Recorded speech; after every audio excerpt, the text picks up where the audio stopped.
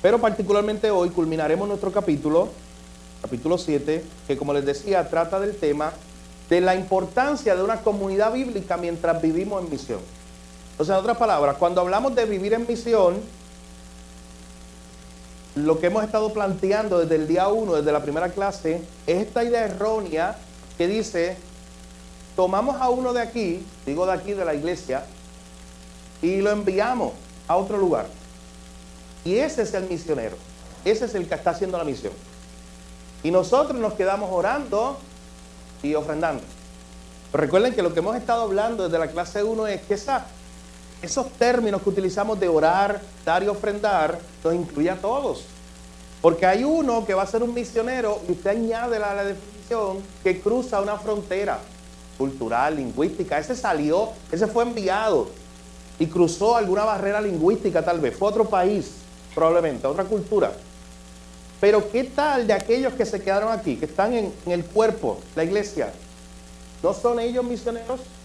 Entonces el concepto de ir de Mateo 28, que lo estuvimos viendo aquí, incluye que esta persona que la enviamos a España, que la enviamos a Guatemala, caso nosotros, esa persona está saliendo, está yendo.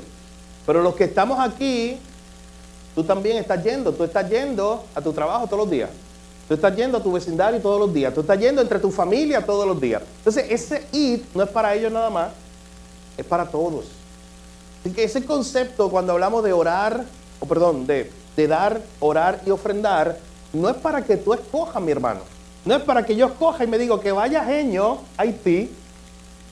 Yo que vaya, Guatemala, Haití. Eso es de verdad. Que vaya el Haití y yo me quedo aquí orando. Ve tú. Entonces yo me quedo orando y también incluso espiritualizamos la idea cuando decimos, oye, no, tranquilo, yo hasta te doy todo lo que yo pueda darte para que tú vayas. O para que vaya fulano. Pero entonces ¿dónde estoy yendo yo? Esa es la pregunta. ¿Dónde estoy yendo yo? Todo cristiano se tiene que preguntar eso. Si estás cumpliendo la gran comisión, ¿en dónde estás yendo tú? Está bien que estás orando para el que va para España. Está bien que estás ofrendando para el que va para Guatemala. Está bien que un día cruces una frontera. Pero el ir incluye el día a día. Por eso este libro se llama Vive en Misión.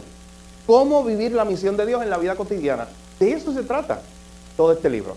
Así que este capítulo que habla de la comunidad bíblica nos recuerda algo, nos recuerda precisamente que cuando estamos enviando y cuando estamos viviendo en misión, somos todos, lo hacemos como una comunidad.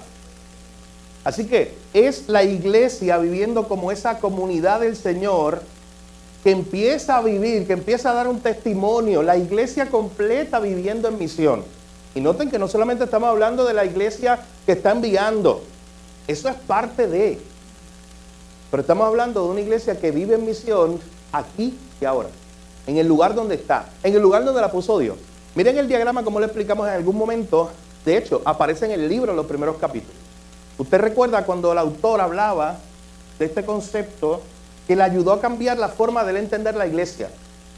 Y él decía, por ejemplo, que hay ocasiones donde vemos la iglesia en un punto estratégico y decimos, la iglesia es esto que está aquí. El diagrama.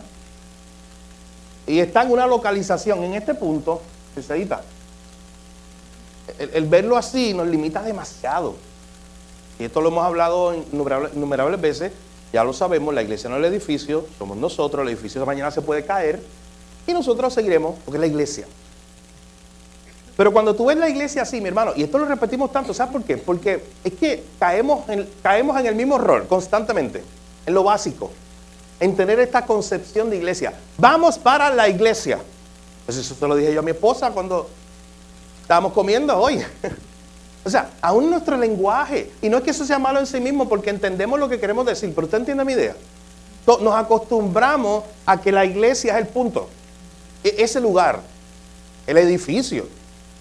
Entonces, usted lo puede ver de esta manera o usted lo puede ver de otra manera. De otra manera. Miren.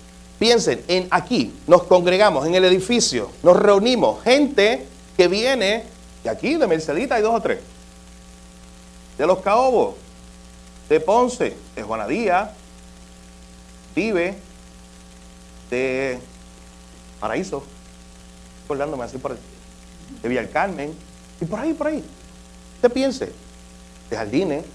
Entonces, y usted va pensando, espera, el más lejos, diantre, Carlos, pero es que eso tendré que sacar el mapa aquí.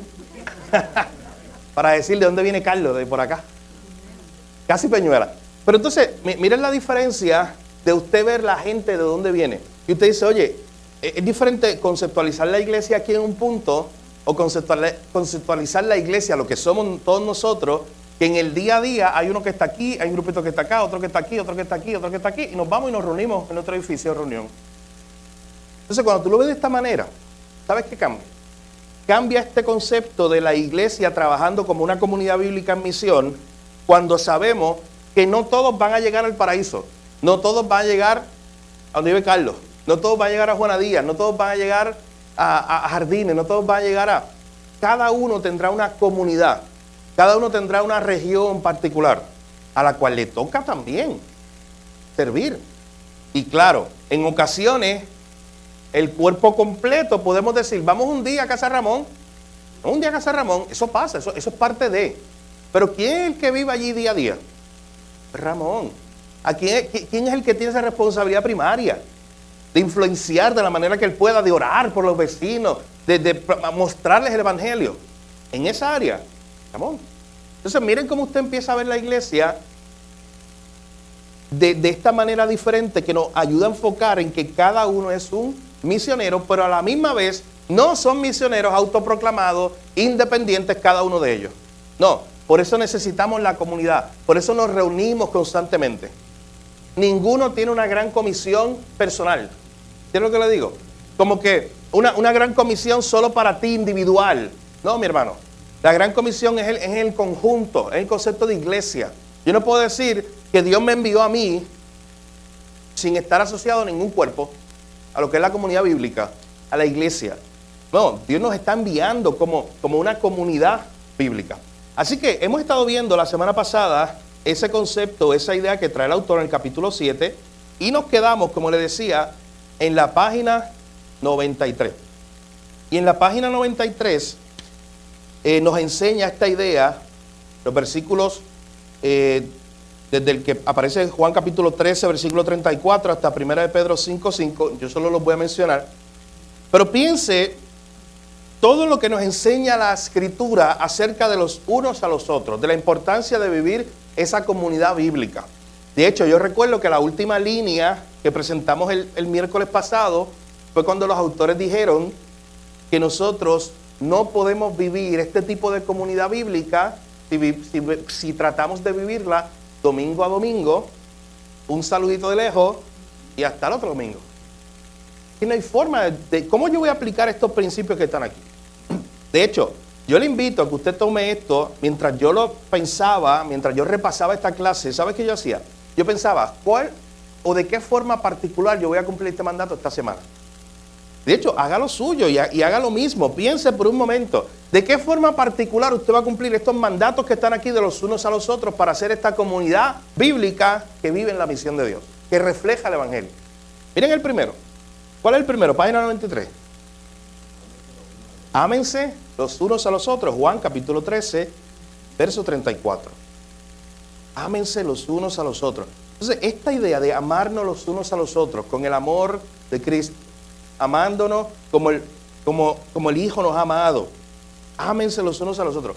¿Cómo yo puedo llevar eso de una idea teórica y decir, sí, eso está bien, sí, yo tengo que amar a mis hermanos, a una forma práctica? ¿Cómo yo puedo hacer eso? Claro. Así es, interesándome por mi hermano, ¿qué más? Práctico. ¿Cómo yo puedo? Con lo más básico. Porque amar al prójimo, sí, todos los días lo decimos y incluso lo sabemos en nuestra memoria. Es necesario amar a mi hermano, pero mira para el lado. Entonces, ahora mismo digo, ¿pero cómo yo amo a David? O sea, la práctica. ¿Cómo yo amo a Jesse? ¿Cómo yo amo a Jorge? ¿Cómo lo hago en la práctica de la comunidad bíblica? Tangiblemente. ¿Sabe por qué? Juan 3:16, verso clásico, de tal manera amó Dios al mundo, ¿qué hizo? Una demostración que dio, un sacrificio. ¿Recuerdan hace 2 semanas que hablamos del verdadero amor? Siempre cuesta. Sacrificial, siempre da. Entonces, al final de cuentas, pregúntese punto a punto de este encabezado aquí en la página 93, ¿cómo tú estás haciendo esto con tus hermanos? Si lo estás haciendo. concretamente, no teórico. No es una pregunta teórica que yo le hago hoy a Jorge y le digo, Jorge, ¿tú amas a tus hermanos en la iglesia? Y él me diga, sí. Entonces después le haga la otra pregunta, Jorge, ¿cómo eso se ve reflejado? Yo quiero que dime particularmente, ¿cómo es que tú esa teoría la llevas a la práctica? Y dices, sí, yo amo a David, mira, y de esta forma yo se lo he demostrado. Yo amo a Luis y de esta forma yo se lo he demostrado. Así que vaya pensando y le invito a que este ejercicio no lo deje en la teoría. Usted que tiene su libro, márquelo ahí y piense, ¿cómo yo voy a amar a mi hermano esta semana? Romanos 12:10 está con la misma línea, amándonos los unos a los otros con amor fraternal. Romanos 12:10 también nos habla que en cuanto a honra debemos preferirnos los unos a los otros. ¿Cómo yo hago eso en el día a día? ¿Cómo es que yo hago eso en la semana? ¿Cómo es que en la semana yo prefiero a mi hermano? ¿O cómo es que en la semana yo lo pongo primero a él? ¿Cómo vamos a hacer eso en la práctica? Punto número 4, ahí en la página 93, recibiéndonos unos a otros. Sirviéndonos los unos a los otros por medio del amor. Gálatas 5:13. ¿Cómo hacemos eso, mi hermano? Vuelvo y repito, te invito a que usted lo tome en la práctica. Usted escribe un nombre ahí. ¿Y sabe qué? Si usted le pone un nombre, es más fácil. Porque mientras usted lo deje en la teoría, usted simplemente está diciendo, sí, hay que amar a los hermanos, sí hay que servirse los unos a los otros. Pero la pregunta es, ¿a quién tú le estás sirviendo? Más allá de la teoría. Al final es a Dios, claro. Pero yo digo en la práctica diaria. Si decimos, sí, nos servimos unos a otros, pero la idea es, ¿a quién yo le estoy sirviendo y cómo le estoy sirviendo? ¿Cómo yo le estoy sirviendo a David? Pero ¿cómo lo estoy haciendo? Tangiblemente, en arroz y habichuela, en papel. ¿Tú entiendes la idea? Más que una teoría, mi hermano, es cómo yo llevo esto a la práctica. Y por eso digo que le pongo un nombre y le pongo una cara y empiece por ahí. Usted sabe que cuando yo pienso en orar, yo no sé si usted hace eso, pero eso lo hago yo. Yo tengo un listado de miembros. Y por ahí el pastor Carlos y yo, y oramos, listado de miembros. Pero ¿sabes cómo yo lo hago? Yo tengo en mi mente el domingo. O sea, normalmente como la gente se sienta, tú sabes, el que se cambia silla, pues, está difícil, ¿no? Te lo pierdes, se pierde esa oración, no. No, pero normalmente, incluso yo lo pienso así. Yo pienso, oye, y empiezo a orar por estos hermanos que están aquí, que normalmente son las familias que tú no vas viendo por ahí. Y eso me ayuda a recordarlas, pero le pongo una cara. Es lo mismo orar, Señor, bendice a la iglesia, bendice a los hermanos, amén. Que orar, Señor, bendice a Luis hoy en su trabajo. Todos los días tiene que viajar para Recibo, cuídalo ahí también. Es diferente eso. Sí, mira, Angelito, está allí hoy. Quizás está bien cargado en su trabajo también, con su familia. Él tiene 2 hijos jóvenes. Señor, dale sabiduría, Angelito, para que trabaje con los hijos jóvenes esta semana. Él necesita sabiduría esta semana y todos los días para trabajar con sus hijos jóvenes. Claro. Pero entonces, ¿cómo yo llevo eso a la práctica? Señor, bendice a Jessy, que está estudiando en la universidad. Es la sabiduría para el examen que ella tiene estos días. Entonces usted lo lleva con un nombre particular. Todos estos mandatos de los unos a los otros, todo este cuidado de orar los unos a los otros, velar los unos por los otros, tienes que ponerle nombre, tienes que ponerle una cara. No lo dejes en la teoría. Gracias, mi hermano. Mire lo que dice luego Gálatas 6:2. Sobrelleven los unos las cargas de los otros. Usted recuerda aquí, hace un tiempo atrás, estuvimos predicando de hecho, terminamos Gálatas, terminamos esta serie de sermones. Y yo recuerdo que una de las ilustraciones fue, que creo que fue Luis Gerardo que me la acordó los otros días. Una de las ilustraciones fue esta idea de que yo no puedo cargar tus cargas, pero te puedo cargar a ti. ¿Te acuerdas de esa imagen? O esa analogía. Claro, es que tú no puedes cargar la carga a tu hermano, eso es obvio. Pero si tú puedes sostenerlo, si tú puedes orar por él, si tú puedes decirle, estoy aquí, estoy contigo, y esa es la idea de sobrellevar las cargas los unos de los otros. Luego nos dice Efesios 4:32, seamos bondadosos y misericordiosos los unos con los otros, perdonándonos unos a otros. De igual forma, ¿cómo yo tomo eso para que funcione en la comunidad bíblica y seamos un buen testigo para el mundo que nos está mirando y cumplamos así la misión del Señor? ¿Cómo yo hago eso? ¿Cómo yo hago actos de bondad y misericordia? Y extiendo mi perdón hacia otro. Pero mi hermano, vuelvo y repito, pongámosle el nombre, la cara, si usted quiere. Es la idea de que no lo dejes todo en teoría. De hecho, Mi argumento, miren cuál es mi argumento. Es por eso que tú necesitas una iglesia local. Para toda esta gente que dice, no, pero yo no necesito una iglesia local. Pues mira, hay muchos problemas con eso. De hecho, lo veíamos la semana pasada. Entonces tú quieres a Cristo y no a su esposa. Tú quieres la cabeza y no el cuerpo. Eso no tiene lógica. Pero más que eso, ¿cómo tú vas a cumplir algo que es mandato? Que son mandatos, estamos de acuerdo que son mandatos de los unos a los otros. ¿Cómo yo voy a cumplir esa parte de la Biblia si yo no soy miembro de una comunidad bíblica, de una iglesia? No, eso no me aplica. Hay gente que puede defenderse de esa manera. Bueno, entonces, tú decides qué te aplica y qué no te aplica la Biblia. No, pues son todos los mandatos para todos, la iglesia. Así que tú necesitas una comunidad, tú necesitas una relación con hermanos, tú necesitas una iglesia local. Porque vuelvo y repito, ¿a quién tú vas a amar? ¿A quién tú vas a perdonar? ¿A quién tú vas a recibir? ¿A quién tú le vas a servir? ¿De quién tú vas a llevar las cargas? Tiene que ser alguien de carne y hueso. Para decirle a David, estoy aquí, David. Y David un día me lo diga a mí, estoy aquí, orando por ti. ¿Sabe qué? Un argumento que se ha presentado. No, pero es que yo pertenezco a la Iglesia Universal. ¿Se escucha bonito? Y de hecho, es real. Todos pertenecemos a la Iglesia Universal de Dios. ¿Sabe cuál es la Iglesia Universal? Pues la iglesia de todo tiempo, de todo lugar. La iglesia que está en China, en Japón, en África. Ahora mismo, en este momento, usted pertenece a esa iglesia. Claro que sí. Pero estos principios se van a ver reflejados ¿dónde? La iglesia local. Miren, y testimonio bíblico de una iglesia local hay por todo el Nuevo Testamento. ¿Cuántas iglesias locales hay en el Nuevo Testamento? Tesalónica, Efesios, Filipos, Esmirna. Un montón, no las puedo mencionar. Un montón. Era el modelo de Dios. ¿Cómo vamos a vivir esto de ser bondadoso, misericordioso? Primera de Tesalonicenses 4:18 nos dice, alentémonos los unos a los otros.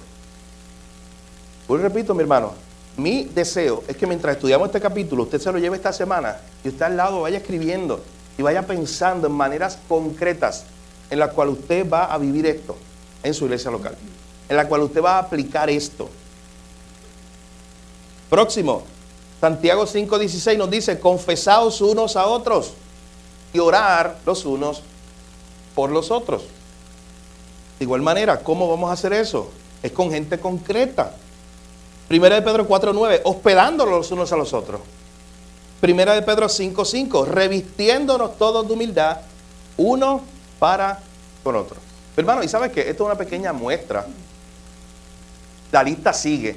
Pero a mí me encanta algo. Perdón. Algo que dice el autor abajo en la página 93. Si alguien lo puede leer, me ayuda leyendo la página 93. Esa última oración que empieza diciendo, Dios no está simplemente poniendo más cosas. Lee esa oración completa hasta que se acabe ese párrafo en la página 94, Luis.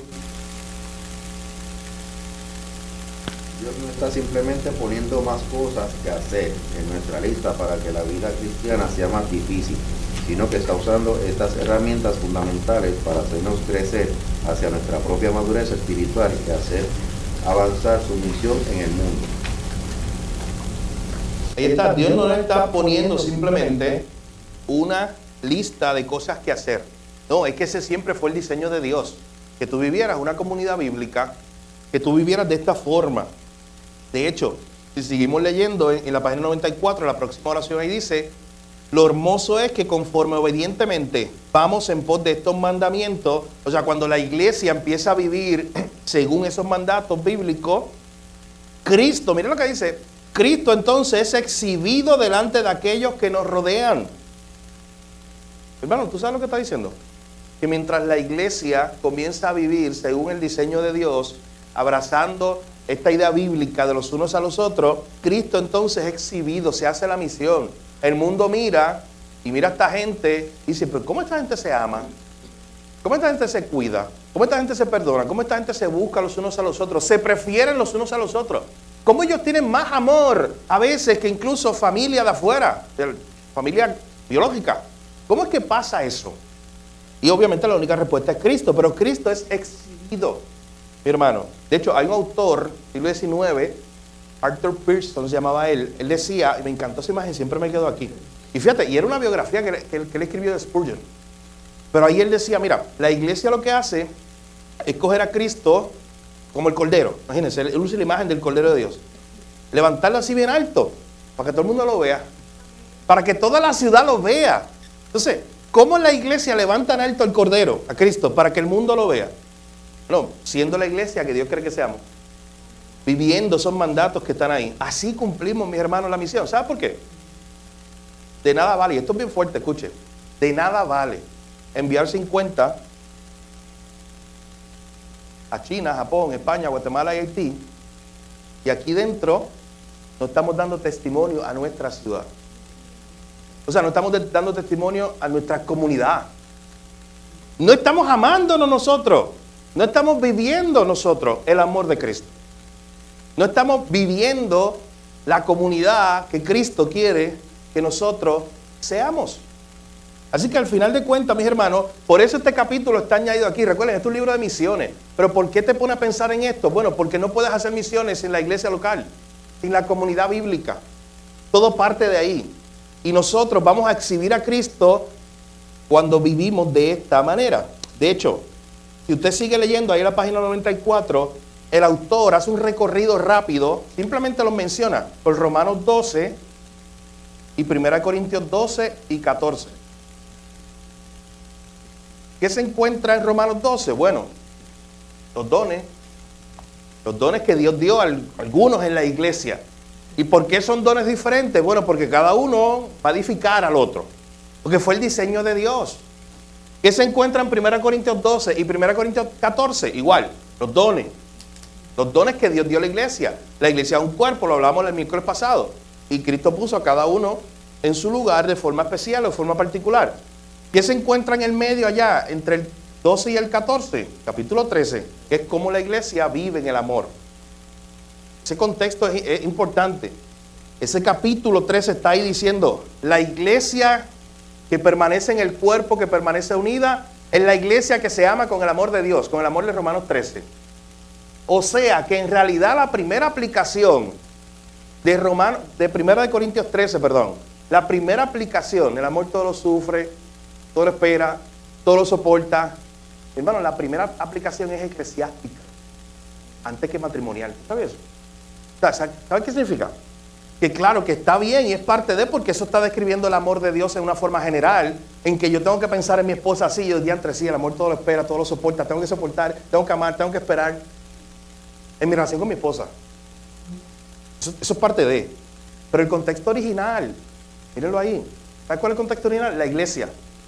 Y a veces lo que nosotros hacemos es pensamos en 1 Corintios 13 en el matrimonio, en el noviazgo, por allá, relaciones, y nos olvidamos que eso es para la iglesia. Es más, a veces pensamos, sí, yo tengo que aplicarlo con mi esposa y con otro tipo de relaciones, pero a mi hermano, soportarlo. A mi hermano, todo esperarlo. A mi hermano, sacrificarme. Entonces, la idea de 1 Corintios 13, vuelvo y repito, es eclesiástica. Está dentro de algo, de un argumento que Pablo está trayendo, diciendo, ustedes vivan como el cuerpo de Cristo, Dios les dio unos dones, para que ustedes vivan de la forma que Cristo quiere que ustedes vivan tan unidos, tienen que amarse de esta manera. Y es el amor, al final, lo que representa 1 Corintios 13, mi hermano, no es otra cosa que el amor de Cristo. El amor que se entregó, el amor paciente, el amor sacrificial.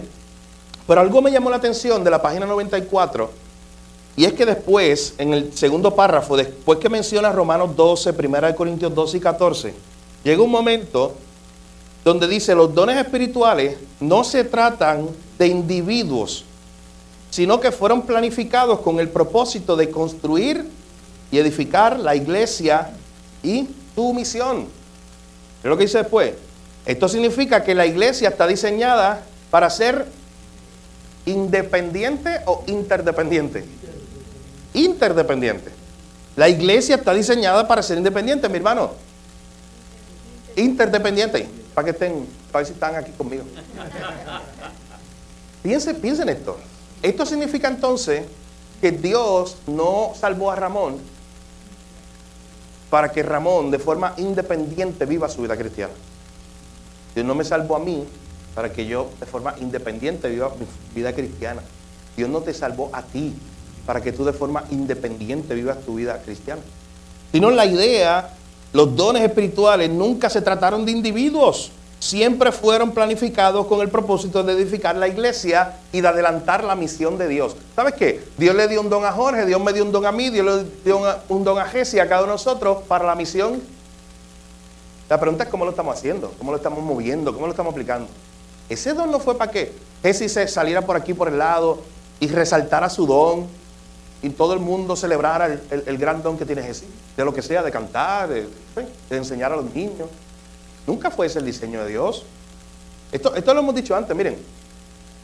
La idea de los dones no fue, y ese don, utilizando el ejemplo de Jesse, la idea no fue que Dios le dio un don a Jesse de cantar, por ejemplo, para que cuando nosotros terminemos el domingo, allí sentados en el banco, en el asiento, digamos, ¡wow! ¡Qué gran cantante tenemos en la iglesia! ¡Wow! ¡Qué gran cantante es ese! No, mi hermano, aunque eso es la verdad. ¿Usted sabe qué?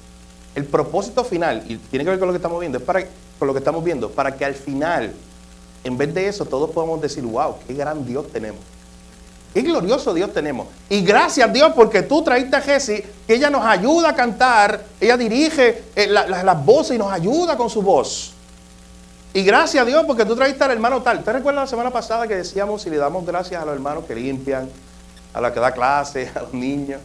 Entonces, tú lo vas pensando de esa manera. Gracias, porque según el diseño de Dios, ninguno de esos dones se les dio para propia autoexaltación. Esos dones se le dieron para que la misión de Dios se pudiera dar. Mi hermano, Dios te dio unos dones, por eso tienes que usarlos. Son primero para su gloria, para que la iglesia se edifique, pero no los dejes de conectar con la misión. Porque si no lo estás ejerciendo, la iglesia le falta algo. Bueno, usted no recuerda 1 Corintios 12, volviendo a la idea, que decía, no todos somos manos, no todos somos pies, no necesitamos. Y parte del diseño de Dios fue ese. De hecho, hay un cristiano que tiene todos los dones que aparecen en el Nuevo Testamento.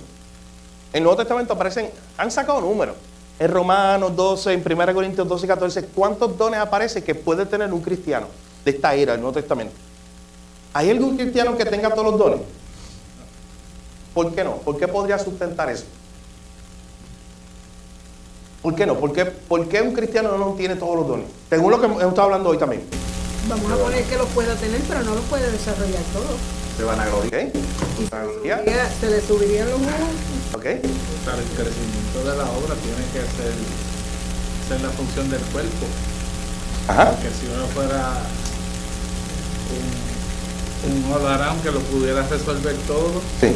Si Juanito tuviera todos los dones. Sí, yo voy a decir, si él cosa va a hacer todo, déjalo que Exacto. no va a tener. No es perfecto. Sí. El hombre. Que no es perfecto. No, claro, así es. Así que al final de cuentas, es difícil, aunque tú veas, sí, mira, hay una persona que tiene muchos dones. Oye, ponte a ver todos los dones del Nuevo Testamento. Algo se le va a quemar. Claro. Y es que no es posible. ¿Por qué no es posible? Porque es que parte, nos lo está diciendo 1 Corintios 12 precisamente. Parte del cuerpo es ese. Bueno, porque entonces Dios hubiera hecho a un all around y este es todo ahí. No, por eso hizo las manos, los pies, las diferentes componentes del cuerpo. Para que entonces yo, que tengo estos dones, me una a ti, que tienes otros que yo no tengo. Podamos formar el cuerpo de Cristo. Y para mí, siempre ha sido, y es un misterio de cómo Cristo hace eso, pero a mí me llama mucho la atención. Como yo voy a diferentes congregaciones, de hecho yo bromo con esto, miren, yo he tenido la oportunidad de visitar varias congregaciones, por ejemplo el año pasado ir a predicar. Y cuando yo voy a tal iglesia, yo le decía a Carlos, se lo decía, yo veo un Carlos allí, ¿usted sabe a qué me refiero? Yo veo un hermano como él.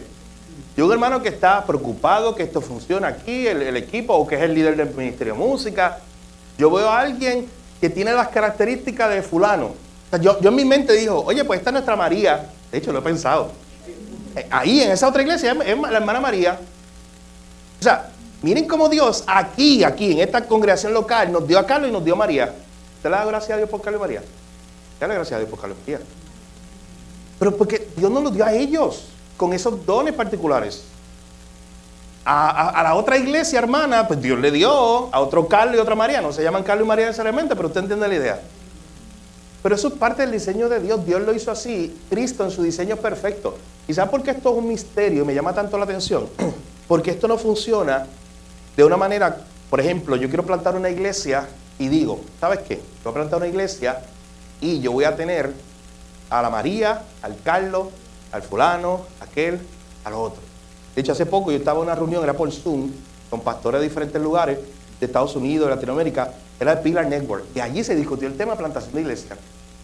Y una de las preguntas que se discutía precisamente era esa, era cómo el plantador, alguien que está pensando en salir a plantar una iglesia, sale con algo que llaman un core group, o sea, un grupito de líderes, alguien que cante, alguien que pueda dirigir los niños, algo así. Pero al final de cuentas nunca va a salir preparado del todo, eso es imposible. Tú te puedes llevar y debes llevarte gente que esté contigo y trabaje, pero no, ¿sabe por qué? Y bueno, repito, ahí entra el misterio, ahí entra la providencia de Dios, ahí entra Cristo siendo dueño de su iglesia. Tú no sabes que cuando tú vayas a esa comunidad, allí se va a salvar fulanito, y ese que se va a salvar, años después o tiempo después, cuando madure en la fe, va a ser ese que te faltaba en el tu dream team. Ese que te faltaba, ¿va a ser ese Carlos o va a ser esa María? Entonces, no piensen que es el pastor el que se sienta a decir, déjame ver cuáles son los candidatos para escoger mi iglesia. ¿Usted se imagina eso? Ir al seminario, a estudiar. Esa no es la forma correcta, pero esa es la forma que muchas veces el mundo lo ve, que tú vas al seminario a estudiar para ser pastor. Pero imagínate ir al seminario y que el último grado se te diga, mira, estos son todos los posibles creyentes en tu área. Escoge tú. Escoge 50 para empezar. Y tú escoges ahí los posibles Carlos, los posibles María. Yo quiero a alguien que me ayude cocinando con el sazón de Zoraida. Yo quiero a alguien que me ayude visitando a los ancianos, con ese amor que hacen Margarita y Ramón. Yo quiero a alguien así. Y tú empiezas ahí a... No, mi hermano, pero es que no se da así. Para que usted vea cómo, repito, es un misterio, cómo Cristo edifica su iglesia.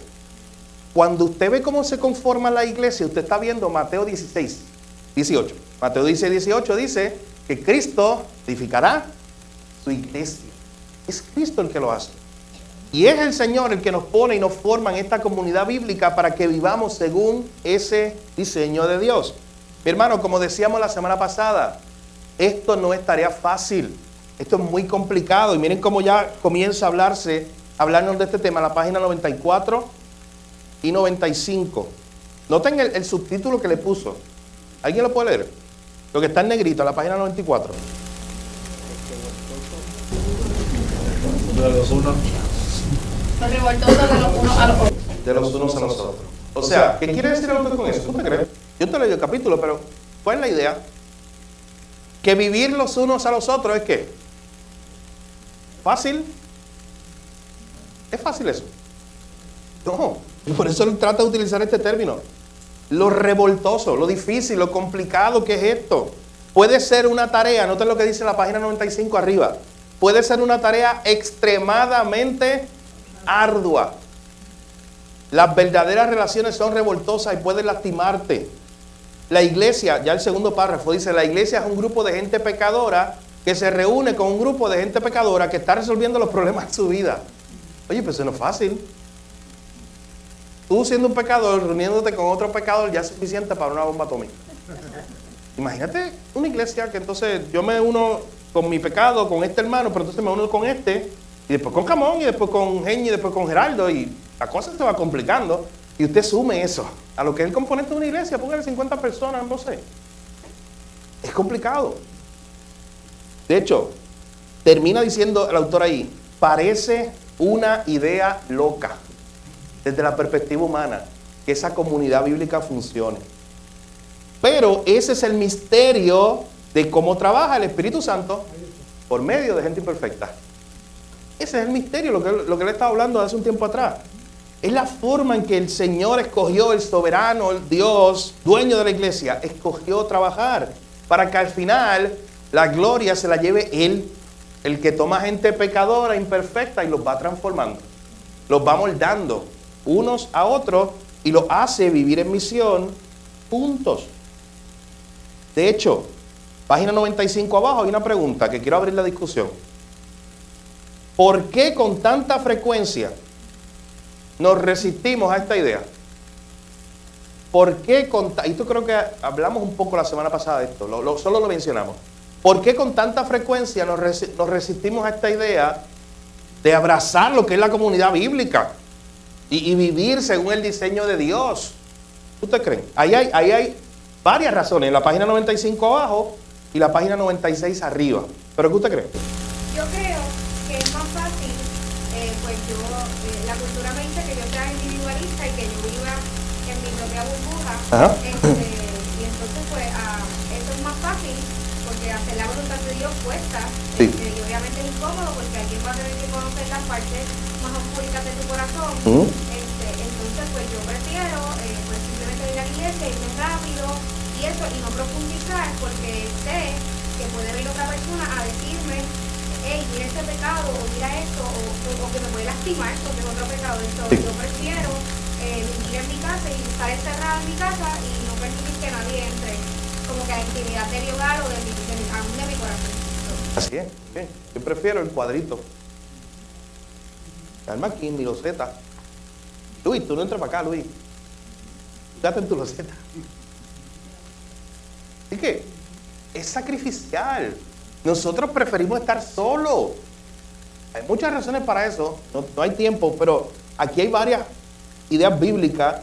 Dice, Jesús contesta esta pregunta en Juan 3, 19 al 21. Está ahí en su libro, la página 95.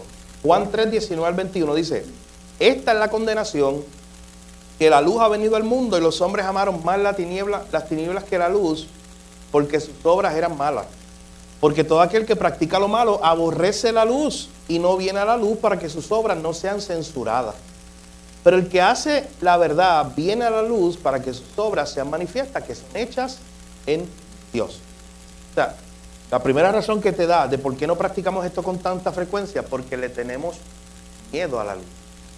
¿Pero desde qué perspectiva? Tiene que ver con lo que decía Marily. Tiene que ver con la perspectiva de mi pecado se expone y preferimos lo que se ve de afuera. Preferimos la capota, pintura, lo que se ve de afuera nada más. Y no lo que hay dentro, y no mi lucha real, y no mi necesidad. ¿Usted sabe algo que me llama mucho la atención? Se encuentra en Hechos 20. En Hechos 20, nosotros tenemos la única reunión de pastores en toda la Biblia, ¿sabe? Está ahí. La única reunión donde decimos, mira, hay una reunión de pastores. Aparte de, claro, Pablo con Timoteo estaba pastoreándolo, estaba discipulándolo, pero una reunión donde digamos, mira, ahí se reunió un grupo grande de pastores. Está ahí en Hechos 20. ¿Alguien se acuerda de qué pasó ahí? ¿O de cuál fue ese contexto? Podemos ir a buscarlo, pero ¿alguien se acuerda? ¿Qué pasaba ahí en Hechos 20? ¿O quién estaba dirigiendo esa reunión? ¿O para qué fue esa reunión? Hechos capítulo 20. Vamos a ver desde el verso 17. Mira lo que dice Hechos 20, 17. Enviando pues desde Mileto a Éfeso, Pablo hizo llamar a los ancianos de la iglesia. Cuando vinieron a él, les dijo, vosotros sabéis cómo me he comportado entre vosotros todo el tiempo, desde el primer día que entré en Asia, sirviendo al Señor con toda humildad y con muchas lágrimas y pruebas que me han venido por las acechanzas de los judíos. Como no vamos a predicar ese pasaje, pues no lo vamos a leer completo, no es el pasaje de hoy. Pero miren la idea. Pablo llama a un grupo de pastores para despedirse de ellos, de la región de Éfeso. Eran muchos, no sabemos cuántos, eran varios ancianos, varios pastores. Una reunión de pastores allí. Una reunión, de hecho, que fue muy hermosa. Pablo los animó, Pablo les dijo, cuídense, porque incluso de ustedes mismos pueden salir falsos maestros. Y al final dice que se despidieron llorando. Una escena muy bonita. Ahí en la orilla del mar, para que Pablo se despidiera de ellos. Porque no sabía si se iban a volver a ver. Probablemente no. Pero piensen esto. Y a mí me llama mucho la atención lo que Pablo le dice, solamente en esos primeros versos que yo leí, del 17 al 19. Él dice, yo he sido un pastor junto a ustedes durante varios años. Ustedes me escucharon predicar. Obviamente Pablo, si usted sigue leyendo, Pablo dice, yo les prediqué todo el consejo de Dios y todo eso. Yo prediqué, o sea, ustedes conocen mi predicación. Pero ¿saben qué me llama la atención? Pablo le dice, verso 18, ustedes saben mi comportamiento, la forma en que yo he vivido delante de ustedes. Y si usted sigue leyendo, dice, en las casas, en el templo, o sea, en cualquier lugar, en lo privado y en lo público, usted me conoce, está diciendo Pablo. Pero llega un momento, verso 19, donde dice, ustedes conocen mi qué. ¿Qué dice ahí? La segunda parte del verso 19, que tiene que ver con lo que estamos hablando de la importancia de las relaciones profundas. Estos pastores, amigos, hermanos de Pablo, conocían la predicación de Pablo, su liderazgo, pero también conocían ¿qué? Su dolor. Eso es muy importante. Mírenlo cómo lo dice, conocían sus lágrimas. Mi hermano, ellos habían escuchado a Pablo predicar, pero ¿sabes qué? Lo habían visto llorar. ¿Y dónde se da eso? Pablo estaba todo el tiempo ahí predicando en el púlpito y se ponía a llorar y podía pasar, sí, eso puede pasar, pero ¿era la norma? No. ¿Dónde se daba eso? En la relación. En la relación que de momento Pablo, mi hermano Pablo no estaba volando por ahí en las nubes con unas alitas de ángel y una oriola. Recordemos eso, Pablo era como tú y como yo. Entonces, Pablo sufría igual y se frustraba. Y hubo momentos donde es probable que Pablo fue donde uno de esos pastores en Éfeso y lloró con él. Y hubo un pastor que lo abrazó y le dijo, Pablo, ánimo. Pablo necesitaba eso. Lo vieron llorar. ¿Sabes qué? Yo recuerdo que cuando nosotros tuvimos el último viaje, tuvimos un grupo de pastores y tocamos este tema. Y yo me acuerdo que la pregunta que le hacíamos a ellos era, oye, yo estoy seguro de que eran pastores, que tú has escuchado a este predicar y que tú has escuchado a otro predicar. Pero la pregunta que yo le hice al final, ¿pero alguien de aquí se ha visto llorar? O sea, para ver cuán profunda es esa relación. Porque el hecho de que lloraron juntos, pues repito, implica ¿qué? Una relación más profunda, una preocupación más profunda entre Pablo y sus hermanos. Y eso es lo que tiene que haber, mis hermanos, en esta relación de los unos a los otros. Pero muchas veces le tenemos miedo a la luz, en el sentido de Juan 3. O sea, no nos queremos exponer mucho y por eso mejor que nos alejamos. No participamos de la comunidad bíblica. Pero ¿sabe qué? También necesitamos, o también, yo diría, otra razón por la cual con tanta frecuencia nosotros no nos unimos a hacer lo que Dios quiere que nosotros seamos, y es por falta de paciencia con los hermanos. Pero lo que dice Efesios capítulo 4, verso 2. Efesios 4, 2. ¿Quién lo puede leer? Efesios capítulo 4, versículo 2. Falta de paciencia. No tenemos paciencia y por eso es que muchas veces no nos metemos ahí, no nos unimos los unos a los otros en este tipo de comunidad. ¿Qué dice Efesios 4, 2? Con toda humildad y mansedumbre, soportándoos con paciencia los unos a los otros en amor. Con toda humildad, con toda mansedumbre, soportándonos. Y está hablando un mandato a la iglesia, los unos a los otros en amor. Entonces muchas veces la falta de paciencia, que ya me cansé, que ya está bueno, que seguir amando a Luis. Luis, te tengo hoy de punto, ¿verdad? Perdóname, es que antes Jorge se sentaba aquí. Y entonces todo era Jorge porque lo veía de frente. Ahora te voy a ti, literal, mira, te voy a ti. Sí. Así que, imagínense eso. Esa parte donde yo me rindo con Luis. Sí, está cerca. Dios es el vínculo perfecto. Así es, la misma idea. Así que, ¿cómo nosotros hacemos esto? ¿Cómo nosotros vivimos ese tipo de comunidad bíblica? ¿Cómo nosotros vivimos todos estos mandatos que se nos dio en la Biblia de los unos a los otros? Y de esa forma ponemos a Cristo en alto y lo proclamamos. De hecho, ya por tiempo quiero brincar a la página 98.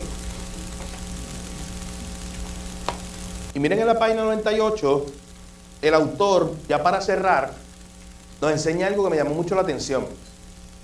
Él habla acerca de cómo él no sabe nada de autos, el pastor que está escribiendo el libro. Pero su vecino es un fanático de los carros. Así que un día, de momento, en el grupo comunitario que se reúne en la casa de ese pastor, de ese hermano, ahí llegó otro hombre que se llamaba Clemente. Y ese hombre Clemente sí sabía de carros, sí le gusta ese tema. Y lo interesante fue que de momento Clemente ahora hizo como un punto de contacto con ese vecino, aquel pastor, que le gustaba también el tema de los carros. Y ellos comenzaron a hablar, ellos comenzaron incluso a salir, a conocerse más. Y ahí han aprovechado para hablar del Evangelio. O sea, Clemente, que es cristiano, le ha empezado a hablar del Evangelio. Pero miren lo que me llama la atención, ahí en la página 98, al final del segundo párrafo. Un día Andrés le dijo a Clemente: tú y tus amigos verdaderamente se interesan los unos por los otros. Ustedes, escuche bien, estos inconversos, vecinos, inconversos, hablando de unos hermanos en la iglesia que se reunían en la casa de ese hombre. Ustedes son como una familia, simplemente como diferentes. Los no creyentes mirando de afuera esta comunidad bíblica, y noten cómo eso ayudó a la misión. El que estos cristianos se estuvieran amando de esa manera contribuyó a la misión, porque ahora Andrés tiene un testimonio visible de lo que se le había predicado. A él se le había predicado un evangelio, obviamente en audio, lo había escuchado, pero esas relaciones de la iglesia, ¿sabes qué hacen? Que el evangelio sea visible. De hecho, tenemos que procurar que cualquier persona que entre en la iglesia escuche el evangelio en las canciones, escuche el evangelio en la predicación, pero luego lo vea en nosotros, lo vea en la forma en que vivimos, lo vea en la forma en la que nos relacionamos. Ray Ortlund, en su librito cortito que se llama El Evangelio, él dice que la iglesia es la personificación viviente del evangelio. O sea, la gente va a ver, ha escuchado 1000 veces el evangelio, pero lo va a ver de la forma en que viven los cristianos. La forma en que nosotros vivimos como iglesia va a ser un anuncio, la misión. Entonces nosotros estamos predicando un mensaje, y ya con esto voy aterrizando. Pero ese mensaje que estamos predicando, que es el evangelio, está a la par con el mensaje que estamos mostrando visualmente entre nosotros como iglesia. Esa iglesia que se ama, que se cuida de nosotros, que se perdonan, que viven el evangelio. No solo que lo cantan y lo predican, no, es que lo viven. De hecho, noten cómo continúa. Andrés aún no es cristiano. Yo creo que está una vez, bueno, mi oración favorita de este capítulo. Andrés aún no es cristiano, pero está viendo a Jesús a través de la comunidad bíblica. Está viendo a Jesús. ¿Qué es lo que dice? Se está cumpliendo la misión. Él no es cristiano, pero él está viendo un testimonio visible. Mientras su amigo le predica por el oído del evangelio, él tiene la oportunidad de verlo cada vez que los cristianos se reúnen. Eso es lo que queremos ser, mi hermano. Una comunidad bíblica que vive el evangelio. La conclusión, página 99, dice: conforme, el último párrafo del capítulo, conforme camines en comunidad con los nombres que mencionaste antes, y ustedes empiecen a confrontarse, a confesarse, a arrepentirse, a perdonarse juntos, ustedes crecerán en la forma de entender la cruz de Cristo.